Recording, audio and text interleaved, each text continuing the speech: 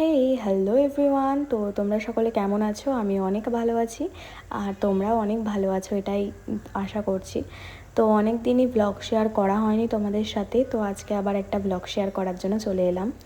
তো যাই হোক, এখানে আমি বিকেলে ঘুম থেকে উঠে পড়েছিলাম আর ঘুম থেকে ওঠার পরে আমার ভীষণ ল্যাদ লাগে, সেটা সকালে হোক বা দুপুরে। তো যাই হোক, একটা আইসক্রিম খেয়ে আমি ল্যাদটা কাটিয়ে নিয়েছিলাম আর তারপরে রেডি হয়ে নিচ্ছিলাম এক জায়গায় যাব বলে। তো কোথায় যাব অবশ্যই তোমাদেরকে বলবো, সবটাই শেয়ার করব। তো যাচ্ছিলাম হচ্ছে শ্মশানের মেলা, যেটা লালবাগে খুব ভীষণ ফেমাস। আর এটা আমি বিয়ের আগে থেকেই শুনে আসছি যে শ্মশানের একটা বড় মেলা হয়। তো কোনো দিনও যাওয়ার সুযোগ হয়নি, তো আজকেই ফার্স্ট টাইম যাব। তো সেই জন্য একটু রেডি হয়ে নিচ্ছিলাম। আর আমাদের এই যে মেয়েদের কথা কি আর বলবো, আমরা কোথাও যাওয়ার কথা হলেই মেকআপ ছাড়া আমরা কোথাও যাই না। এমনটা নয় যে যেতে পারবো না, but makeup is our passion বলতে পারো। তো যাই হোক, এখানে আমি একটু হালকা ফুলকা রেডি হয়ে নিয়েছিলাম আর তারপরে এই যে আমার ফুল আউটফিট। তো কেমন লাগছে অবশ্যই জানিও কমেন্টে।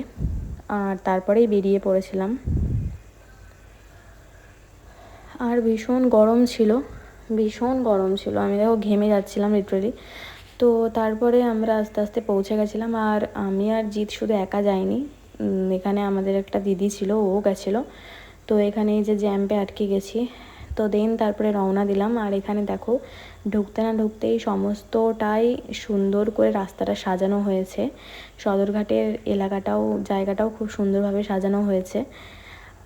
ভীষণ বড় করেই হয় মেলাটা। আমার তো ভীষণ এক্সাইটেড ছিলাম আমি যে কখন ঢুকবো। তো যাই হোক, আমি এখানে ঢুকে পড়েছিলাম। আর এই যে দেখো চলেই এসেছিলাম। তো এই যে রিমাদিকে আমি বারবার করে বলছিলাম, রিমাদি একটু হাই করো। তো তারপরে রিমাদি একটু হাই করেছিল, এই যে রিমাদি চলে এসেছে। তো দিন আমরা তিনজন মিলে চলে এসেছিলাম। আর জিতকে এখানে আমি বলছিলাম যে একটু তুই আমার ভিডিওতে আয়, কিন্তু ও আসবে না, কারণ ওর চুলটা কাটিং করেছে, যেটা ওর একদমই পছন্দ না, তাই জন্য ও ভিডিওতে আসবে না। তো যাই হোক, এখানে আমরা ঢুকে পড়েছিলাম। আর মেলাটাও অনেকটাই বড় ছিল।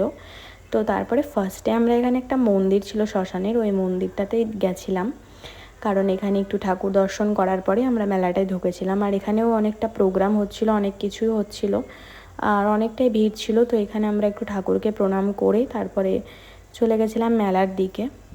আর দেখো, অনেকটাই বড় মেলাটা, খুব একটা ছোট না, যতটা আমি ভেবেছিলাম তার থেকে অনেকটাই বড়। তো এখানে যা যা বসে সমস্ত কিছু বসেছিল।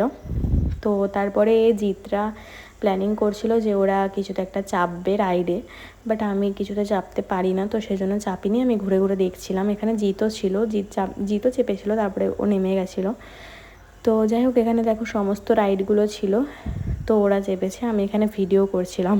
আমি চাপতে পারি না, ভীষণ ভয় লাগে আমার। তো তারপরে এখানে আমি একটা গানে করে এই বেলুনগুলো ফাটাচ্ছিলাম। একটা কি দুটো মতন আমার নিশানা লেগেছিলো, বাট এখানে আমি কিছু পাইনি। তো যাই হোক, তারপরে আমি খেয়ে নিয়েছিলাম একটা ভেলপুরি। আর এখানে এই যে বাবলসগুলো কিনেছিলাম, আমার ভীষণ ভালো লাগে, সেই ছোটোবেলাকার মতন এখনও আমি মেলায় গেলে এগুলো কিনি। তো তারপর যাই হোক, আমরা ভেবেছিলাম রাত্রে একটু ডিনারটা অনন্যা ক্যাটারার্স থেকেই করব। তো সেই মতন আমি এখানে ডিনারটা নিতে চলে এসেছিলাম। আর অনন্যা ক্যাটারার্সের খাবার যে কি বলবো, ভীষণ ভালো।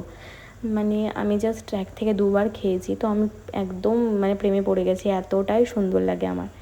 তো এই যে তারপরে আমি এই ঘূর্ণিটা ওড়াতে বাড়ির দিকে রওনা দিচ্ছিলাম।